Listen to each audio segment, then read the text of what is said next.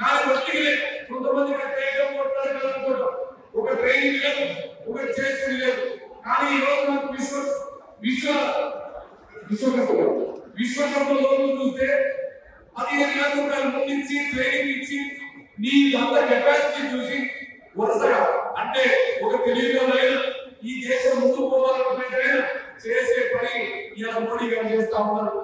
ఇంకొకటి చేస్తా చెప్తా నీకు, మనం మామూలుగా పార్టీ ఎట్లుంటాయి, గెలుపు ఓటమి మీద ఉంటాయి.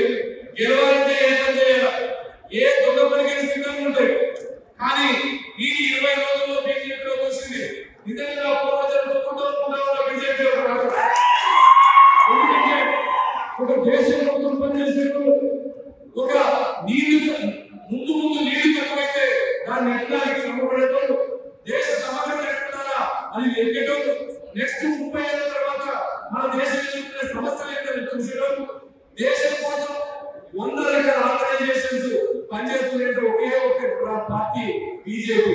ఇంకా ఆర్గనైజేషన్స్ వేరే పార్టీలు అడిగేవాడు కాదు. మనం చిన్నోళ్ళమైనా మీరు గ్రామంలో ఒక్కరు ఉన్నారని ఆయన పేరు మీద బీజేపీ రావాలి, బీజేపీ మాట్లాడారు. అలాగా మీకు బీజేపీ అనేది మీ గుండెల్లో ఉంది, బీజేపీ అనేది మీకు ఒక మార్పు అయింది. నువ్వు పోయి ఒకవేళ తీసుకొచ్చిన తర్వాత మన పక్కన కదా.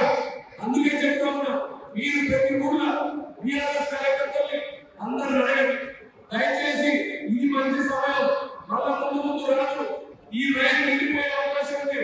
కాబట్టి మీరు ఎవరు ముందు వస్తే వాళ్ళకి మంచి, మీరే సర్పంచ్ చేయండి. మీరు మీ అనుకుంటాం భారతీయ జనతా పార్టీని ఈ జెండా ఎగరేసేందుకు ప్రయత్నం చేస్తాం. నల్లగొండ మీద కాషాయ జెండా ఎగరేస్తామని మీరు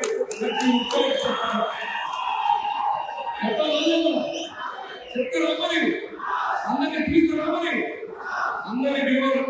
ఎందుకంటే మనం నలుగురు పార్టీ సరిపోదు, మన 50% పెరగాల, మన దుష్టంలో 50% మీరు ఉండాలి, రావాలంటే కాపాడుకోవడానికి రెడీ ఉండాలి, మనం తలచుకోవాలన్నా. ఎందుకంటే ముందు ఎలక్షన్ చేస్తారు, మనం ఇష్టపోతే ఓటేయాలి.